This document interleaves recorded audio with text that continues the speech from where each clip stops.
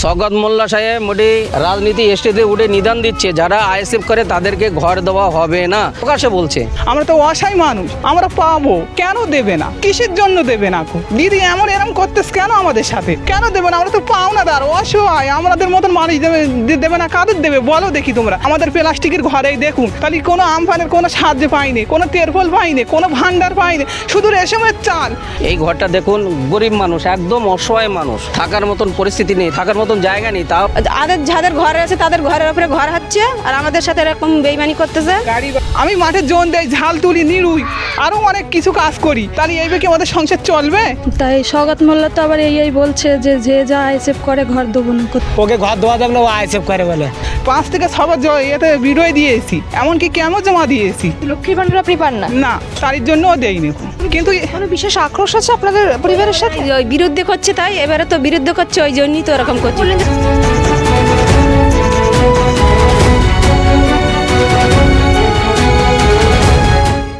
আপনারা যে ঘরে আছেন এই মুহূর্তে দেখতে পাচ্ছি যে ঠিকঠাকভাবে জিনিসপত্র অগোছালো রাখা রয়েছে, কি বলবেন, কেন এরকম করা হচ্ছে আপনাদের সাথে? আমাদের ঘর দিচ্ছে না, আমাদের স্বামী এতদিন টিএমসির ভোট দিয়েছে, আমাদের দেয় না বলে ওই জন্যই বিরোধ করা হচ্ছে। ঘরটা সবাইদের ঘর পেয়েছে, কিন্তু আমাদের টাকাটা কেন ঢোকে না? এমনকি ভান্ডারও পাইনি, আমাদের না খালি খাওয়ায় না, আমাদের ঘর তো এই তো দেখছেন। এমনকি মেয়েটার রক্ত দিতে হয় প্রত্যেক মাসে 2 বার, আমারও জায়ের, কিন্তু আমার মেয়েটা ভালো জায়ের, তা আমাদের ঘর বাড়ি এই তো এই অবস্থা না, মাঠে আমরা জোন খেটে খাই।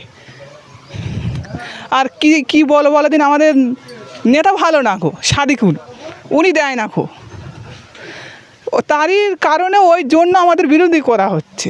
আমাদের স্বামীরা ঝাঁক, তোমাদের একটা কিছু তো পাবো তো, শুধু সরকারি চালটা ছাড়া আর কিছুই পাইনি।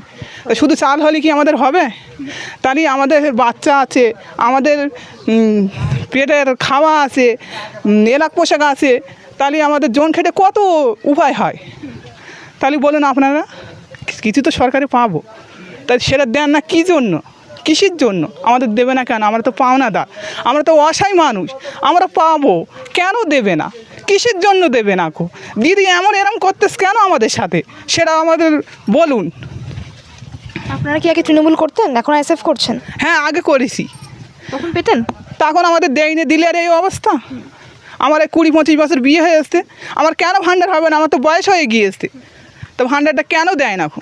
কিসের জন্য দেয় না? 5 থেকে 6 বার এতে ভিডিও দিয়েছি, এমনকি কেমন জমা দিয়েছি। লক্ষ্মীর ভান্ডার আপনি পান না? না, তার জন্যও দেয়নি। তাহলে দিদিকে আর ভোট দিতে চাই? যখন তৃণমূল করতেন তখন আপনারা কোনো সুযোগ সুবিধা পেতেন? না, না, সুবিধা দিত না, তাও সুযোগ কোনো পাইনি। শুধু ওই কন্ট্রোলের চাল ছাড়া আর কিছু পেতাম না।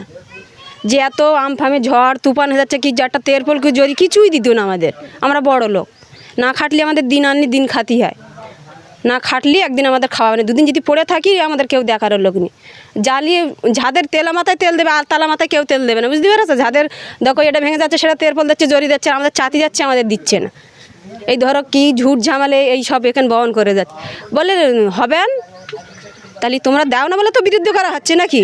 আমাদের একটা বাথরুম নিয়ে, একটা ভালো কল নিয়ে, একটা ঘর নিয়ে, একটা দোর নিয়ে, না খাটলে আমাদের দিন আনা দিন খাওয়া, বুঝতে পেরেছো? এই তো সব দেখতে পাচ্ছ যে আমরা 2 তলা বাড়ি, আমাদের কি বিরুদ্ধে দেয় না বলে বিরুদ্ধে করা হচ্ছে। আপনাদের সাথে এরকম করা হচ্ছে নাকি এলাকার সবার সাথে এরকম করা হচ্ছে? আমাদের সাথে শুধু এরকম, যাদের ঘরে আছে তাদের ঘরের উপরে ঘর হচ্ছে, আর আমাদের সাথে এরকম বেইমানি করতেছে। গাড়ি বাড়ি যাদের আছে, যাদের 4 চাকা আছে, যাদের 2 তলা আছে, যার ছেলের মুদিখানার দোকান আছে, যার স্বামী 4 চাকা চালাতে পারছে, তাদের দিচ্ছে, কেন আমাদের দেয় না? আমার স্বামী ব্যাগের কাজ করে, বা কোনো যে লোক খাটাইও না। আমি মাঠে জোন দেই, ঝাল তুলি, নিরুই, আরও অনেক কিছু কাজ করি, তাহলে এইভাবে কি আমাদের সংসার চলবে? তাহলে কেন আমাদের দেবে না? কিসের জন্য সেটা বলুন তোমরা? কেন দেবে না? আমরা তো পাওনাদার, অসহায়, আমাদের মতন মানুষ দেবে না। কাদের দেবে বলো দেখি তোমরা? আমাদের প্লাস্টিকের ঘরেই দেখুন, তাহলে কোনো আমফানের কোনো সাহায্য পাইনি, কোনো তেরফল পাইনি, কোনো ভান্ডার পাইনি, শুধু রেশমের চাল। কেন আমাদের ওই চালটা খালি শুধু হবে? চাল শুধু ভাত কি গালে ওঠে? তাহলে বলো তোমরা। যাদের গাড়ি আছে, বাড়ি আছে, 2 তলা আছে, ঘরের ওপরে ডবল ঘর পাচ্ছে। মানে কোনো সরকারি প্রকল্প সুযোগ সুবিধা আপনারা পাচ্ছেন না? না, পাইনি কোনো কিছুই পাইনি। ওই সাদিকুল নেতা আমাদের দেয় না কো, কিন্তু কোনো বিশেষ আক্রোশ আছে আপনাদের পরিবারের সাথে? ওই বিরুদ্ধে করছে তাই এবারে তো বিরুদ্ধে করছে, ওই জন্যই তো এরকম করছে। বললেন যে তৃণমূলে করছিল তখন। হ্যাঁ, আগে করেছি, করে এখনো দেয় না বলে ওই জন্য বিরুদ্ধে হওয়াচ্ছে। সারা জীবন তো ভোট দিয়ে তোমাদের জিতিয়েছি, ওই দেয় না বলে বিরোধী হচ্ছে, বুঝতে পেরেছো? ওই জন্য আমাদের ওপরে আর চাপ সৃষ্টি হচ্ছে। যে ধরো আমফামে বলছি যে একটা তেরপল দাও, এটা দাও, দোবান কাগজ জমাইলে যাচ্ছে, আজ হবে কাল হবে, টাকাটা এরকম টাকাও খাচ্ছে, কিছু দিচ্ছে না। যে আমার এই বাচ্চাটাতে থালাসমে বললি কোনো সুবিধা, তোমাদের কোনো সুবিধে নেই। স্বাস্থ্যসাথীর কার্ড আছে আপনার? হ্যাঁ আমাদের আছে, কাঠ আছে। আর কোনো প্রকল্প সুযোগ সুবিধা পাচ্ছেন আপনি? না না না, কোনো কিছু পাইনি। লক্ষ্মীর ভান্ডার আপনি পেয়েছেন? না, আমার লক্ষ্মীর ভাণ্ডার টাকা ঢোকে না, এই 2 বছর জমা দিয়ে কোনো টাকা পয়সা পাইনি। অ্যাপ্লাই করেছিলেন? অ্যাপ্লাই করেছি, 3টে ঘরে এন্ট্রি হয়ে গেছে, এখন একটা ঘর বাকি আছে, তারপর টাকা ঢুকবে বলছে। ভিডিওয়ে যাচ্ছি বলে হবে, হবে তো কবে হবে তা আল্লাহই জানে। কি কি সমস্যা হয় আপনাদের এই ঘরে থাকতে? যা অবস্থা ঘরে দেখতে পাচ্ছি, বিভিন্ন জায়গায় জিনিসপত্র ছড়িয়ে ছিটিয়ে রয়েছে, কি বলবেন কি কি সমস্যা হচ্ছে? সমস্যা ওই ঘর আসবে ভরসায় থেকে থেকে থেকে থেকে গরিব মানুষ না খাটলি ব্যয়রাম, ওনারও অসুস্থ, অপারেশন, স্বামীও অসুস্থ, বাচ্চাটাও অসুস্থ, 1 লাখ সেটা তো হয় না। এই মাসে 2 বার 3 বার ছুটি হচ্ছে, আজকের ছুটেছে, এবারে কাল পরশু আমি যাব, তাহলে ঘর বাড়ি কী করে ঠিক করব? ওই যে বেগে চলছে সেই বেগে আল্লাহ চালাচ্ছে, ওই বেগেই চলছে, আর কি করব? লোকের কাছে জালি তো বলছে হবে না, তা কি করব? ওই জন্যই তো বিরোধিতা করা হচ্ছে নাকি? হচ্ছে না বলেই করছেন তাই তো? হচ্ছে, হ্যাঁ ওই জন্যই তো করছি বিরোধিতা। এবার তোমরাই দেখুন, তোমরাই চেষ্টা করুন। যাদের ঘর বাড়ি নেই তাদেরকে ঘর করার জন্য সরকারের কাছ থেকে টাকা দেওয়া হয়, তাদের নাম দিয়েছে আবাস যোজনা। সেই জায়গায় দাঁড়িয়ে আপনাদের ঘর নেই, টাকাও ঢুকছে না, কি বলবেন কি কি সমস্যার সম্মুখীন হতে হচ্ছে আপনাদের? আমি জমা দিয়ে এসেছি দিদির কাছে ফোন করে, দিদি আমাকে ফের ফোন করলো, আমি বলেছি সব ঘটনাগুলো, যে এরকম 3টে বাচ্চা নিয়ে আমি এরকম বাংলায় আছি। তা দিদি বলল ঠিক আছে, আপনার মানে নাম পাস হয়ে গিয়েছে, বলল যে তোমার ওই ঘরের ছবি তুলে তোমার সঙ্গে আর আধার কার্ড নিয়ে পঞ্চায়েতে এসো। আমি পঞ্চায়েতে গিয়ে জমা দিয়ে এসেছি। তা বললো যে ফের ফোন করব, তোমার অ্যাকাউন্ট নাম্বার নেবো, নিয়ে তোমার ফের ফোন করে জানিয়ে দেবো। তো এখনও তো কোনো খবর পাইনি কো। তাই সৌগত মোল্লা তো আবার এই বলছে যে যা আইএসএফ করে ঘর দেবো না কো। তা আমরা তো আইএসএফ করি না, আমরা তো আগে টিএমসি করতাম, এখন কোনো দলই করিনি কো। আমরা তো এই গরিব বলে কোনো কিছু করিনি কো। এই বাচ্চা কাচ্চাদের নিয়ে খেটে কেরমে খাই, আমাদের স্বামীরা তো কোনো কিছুতে যায় না কো। আচ্ছা, যখন টিএমসি করতেন তখন আপনাদের কিছু প্রকল্প পেয়েছিলেন? লক্ষ্মীর ভান্ডার? তখনও কিছু পাইনি কো। লক্ষ্মীর ভান্ডার পান এখন?